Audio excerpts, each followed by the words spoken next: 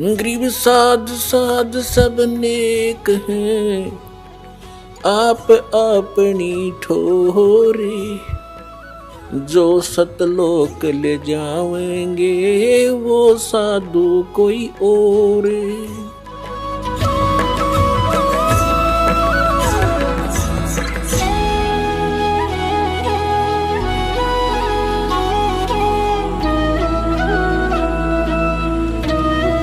अपने आत्माओं, ये है श्रीमद् भगवत गीता जी का सार। अब गीता ज्ञानदाता ब्रह्म कहता है कि मेरी साधना 4 प्रकार के करते हैं। ये ब्रह्म कहता है, ब्रह्म की साधना भी 4 प्रकार के करते हैं, जिनमें अर्थार्थी, आर्थ, जिज्ञासु और ज्ञानी। अर्थार्थी तो जो धन लाभ के लिए कोई अनुष्ठान करता तो वेद मंत्रों से ही करता, वो जय गणेश देवा माता धारी पार्वती, ये इस तरह की आरती नहीं करता। वो व्यक्ति केवल वेदों के ही मंत्रों से अनुष्ठान करता है अपने धन लाभ के लिए। आर्त मानी संकट निवारण के लिए भी कोई साधना अनुष्ठान करता है, वेदों के मंत्रों से ही करता है।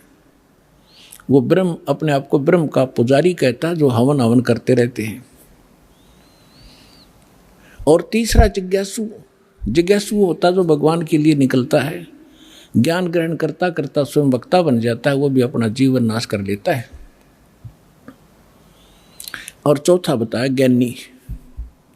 ज्ञानी उसको कहते हैं जिसको ये पता हुआ कि मनुष्य जीवन बार बार नहीं मिलेगा और मनुष्य जीवन का मूल उद्देश्य केवल आत्म कल्याण कराना है, और जन्म मृत्यु जब तक नहीं समाप्त होगी, जरा मरण का रोग नहीं कटेगा, तो कोई फायदा नहीं इस जीवन का। उनको ये भी ज्ञान हो जाता है कि पूर्ण मोक्ष इन देवी देवताओं की पूजा से नहीं होगा, वो ज्ञानी कहलाते हैं। वो परमेश्वर से, परम अक्षर ब्रह्म से, पूर्ण परमात्मा से ही संभव है, इतना उनको ज्ञान हो जाता है। लेकिन ये ज्ञान तो हो गया, लेकिन उस रोग का नाश की दवाई उनके पास थी नहीं।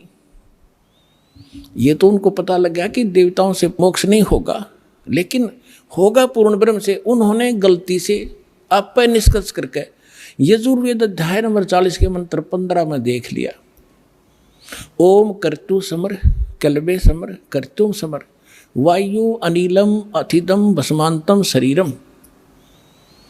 जैसे गीता अध्याय नंबर 8 के श्लोक नंबर 13 में आपको दिखाया था, यही जो का तो वही मंत्र का सारांश है कि अंतिम सांस तक ओम नाम का जाप करते हुए जो शरीर छोड़कर जाता, उसका अमरतम, उस ओम से होने वाली जो परम गति है वो प्राप्त होती है। इसलिए ओम कर्तु समर, ओम नाम का जाप काम करते करते श्रवण करो, विशेष कसक के साथ श्रवण करो, और मनुष्य जीवन का मूल कर्तव्य जानकर ओम का श्रवण करो। ये तो है ओम की जानकारी। लेकिन कहते हैं गुरु बिन का हुन पाया ज्ञाना, जो थो था बुस छड़े मूड किसाना। गुरु बिन वेद पढ़े जो प्राणी, समझो न सौर रहे अज्ञानी। 40वें अध्याय यजुर्वेद के 10वें मंत्र में कहा है कि कोई तो परमात्मा को संभवात कहता है। संभवात माने उत्पन्न होने वाला राम और कृष्ण रूप में, यानी अवतार धारता है। कोई कहता वो असंभवात, वो कभी जन्म नहीं लेता, जन्मा है, वो तो निराकार है।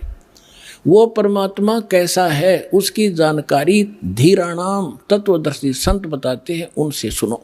वेद ज्ञानदाता भी वही है, गीता ज्ञानदाता भी वही है। अब 40वें अध्याय के 15वें श्लोक में तो अपनी साधना बता दी, और 40वें अध्याय के 17वां श्लोक अंतिम श्लोक है यजुर्वेद का और 40वें अध्याय का, उसमें कहा है कि वो पूर्ण परमात्मा तो गुप्त है। ये देखिएगा, यजुर्वेद देखिएगा,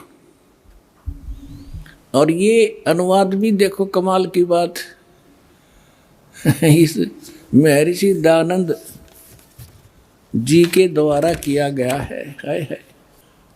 प्रकाशक है सर्वदेशी कार्य प्रतिनिधि सभा 2/5 महर्षि दयानंद भवन रामलीला मैदान नई दिल्ली से। यजुर्वेद महर्षि दयानंद ने इसका अनुवाद किया, और ये कहाँ से छपा, यहाँ से देखिएगा। अब इसका हम अंतिम 40वां अध्याय है, इसका थोड़ा सा हिंट देंगे 10वें श्लोक का। ये 4400 अध्याय माने 40वां अध्याय, यजुर्वेद का। और यहाँ देखिएगा 10वां मंत्र है इसका। इसमें लिखा है, हे मनुष्यों, जैसे हम लोग धीराणाम माने मेधावी योगी विद्वान यानी तत्वदर्शी संतों से जो वचन सुनते हैं, जो वे लोग हमारे प्रति विचक्षण माने विस्तार पूर्वक कहते हैं, वे लोग संभवात संयोग जन्य असंभवात उत्पन्न नहीं होने। इसका अर्थ यह है, यात एवं कार्य का फल आहु माने कहते हैं, उत्पन्न होने वाला अन्यत यानी अन्य कुछ आहु माने कहते हैं। इस बात को तुम भी सुनो। अब ये क्या बताना चाह रहा है, ये अनुवाद से न करना नहीं आया क्योंकि अज्ञानी था कति 1 नंबर का, मैं ऋषिदानंद को आया। इसका अर्थ है, वेद ज्ञानदाता कहता है कि कोई तो परमात्मा को संभवात कहता है, जन्म लेने वाला, और को असंभवात। देखो असंभवात माने उत्पन्न नहीं होता, असंभवात जन्म लेने वाला, इसका अर्थ ये है। तो जो धीराणाम तत्वदर्शी संत जो बताते उनसे सुनो, इनसे नहीं, इनकी बात मत मानो। वो तत्वदर्शी संत बताएंगे परमात्मा कैसा है, वो जन्म लेता है या नहीं लेता है। आगे वेद ज्ञानदाता अपनी बताता है कि मेरा ओम नाम है। 15वां अध्याय, इसमें है वायु अनिलम अमृतम अथितम भस्मांतम शरीरम, भस्मांतम शरीरम। ओम करतो समर किलबे समर और करतुम समर। इसने तक ज्ञान इनके में करना आया था ही नहीं। देखिएगा, करतो माने काम करने वाले जीव, तू शरीर छूटते समय ओम इस नाम वाच्य ईश्वर को स्मरण करे। देख युनो लिखा ओम का स्मरण करे, इस जिसका ओम नाम है ना उसका स्मरण कर। जबकि इसका सीधा अर्थ बनता है ओम करतो समर, ओम नाम का जाप काम करते करते स्मरण कर, विशेष कसक यानी श्रद्धा के साथ स्मरण कर, और मनुष्य का मूल कर्तव्य जान कर इसका स्मरण कर। जब वायु अनिलम भस्मांतम शरीरम, ये आपका जीव आपका प्राण इससे अमृतो प्राप्त करेगा। अमृतम अमृतम अविनाशी, शरीर के नष्ट होने पर भस्मांतम शरीरम, जब शरीर तरह भस्म होगा, भस्मांतम अंत में भस्म होने वाला होता है। बस इसका अर्थ नहीं करना है इसने। इसका अर्थ है कि जब यह शरीर तरह नष्ट होगा, शरीर छोड़ कर जाएगा, उस समय इतना अमृतो प्राप्त हो जाएगा जो ओम नाम से मिलता है। यही गीता अध्याय नंबर 8 के श्लोक नंबर 13 में। अब यहाँ आगे कहा है 40वें अध्याय के 17वें श्लोक में कि वो परमात्मा तो गुप्त है और मेरा ओम नाम है, मैं ब्रह्मलोक में रहता हूँ। यही देवी भागवत से स्पष्ट हो गया। देवी हिमालय को कह रही है कि ओम नाम का जाप कर, उससे तुम ब्रह्म की प्राप्ति कर लेगा। और वो ब्रह्म रहता दिव्य आकाश रूपी ब्रह्मलोक में रहता है।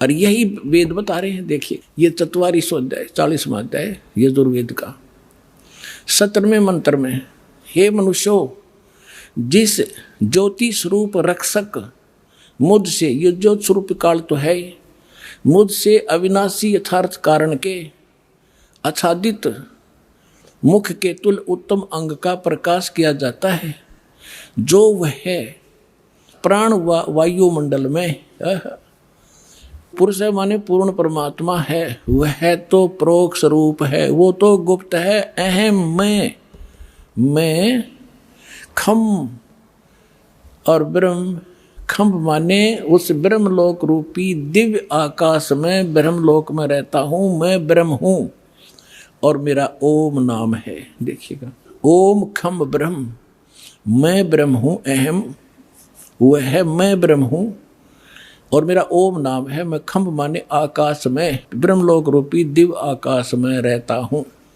इसने तो अज्ञानी ने कुछ करना आया नहीं। अहम माने मैं आकाश के तुल्य व्यापक ब्रह्म, सबसे गुण क्रम और स्वरूप करके अधिक हूँ। इन्होंने कहा मैं ब्रह्म हूँ, ये कहना था। ओम ओम सबका रक्षक जो उसका ओम, ऐसा नाम जानो। ओम लिखना था उसका, ओम मेरा ओम नाम उसका क्या था, वो तो गुप्त बता दिया। अपना कह अहम माने मैं ब्रह्म हूँ और ब्रह्मलोक रूपी दिव्य आकाश में रहता हूँ। अब हो गया सिद्ध यो।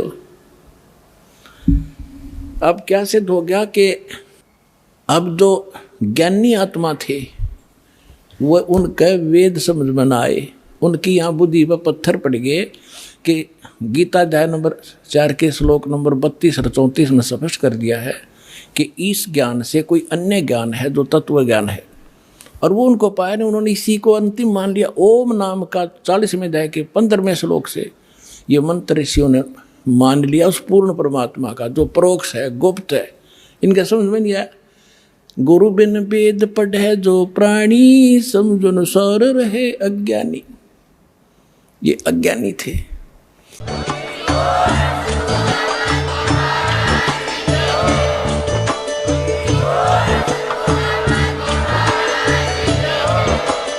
आप सुन रहे थे जगत गुरु तत्वदर्शी संत रामपाल जी महाराज जी के मंगल प्रवचन। अधिक जानकारी के लिए विजिट कीजिए हमारी वेबसाइट www.jagatgururampalji.org। संत रामपाल जी महाराज जी के शुभ आशीर्वाद से पूरे विश्व भर में 500 से भी ज्यादा नाम दीक्षा केंद्र हैं, जिन पर संत रामपाल जी महाराज जी द्वारा ऑनलाइन निशुल्क नाम दीक्षा दी जा रही है। अपने नजदीकी नाम दीक्षा केंद्र का पता करने के लिए संपर्क करें 8222880541।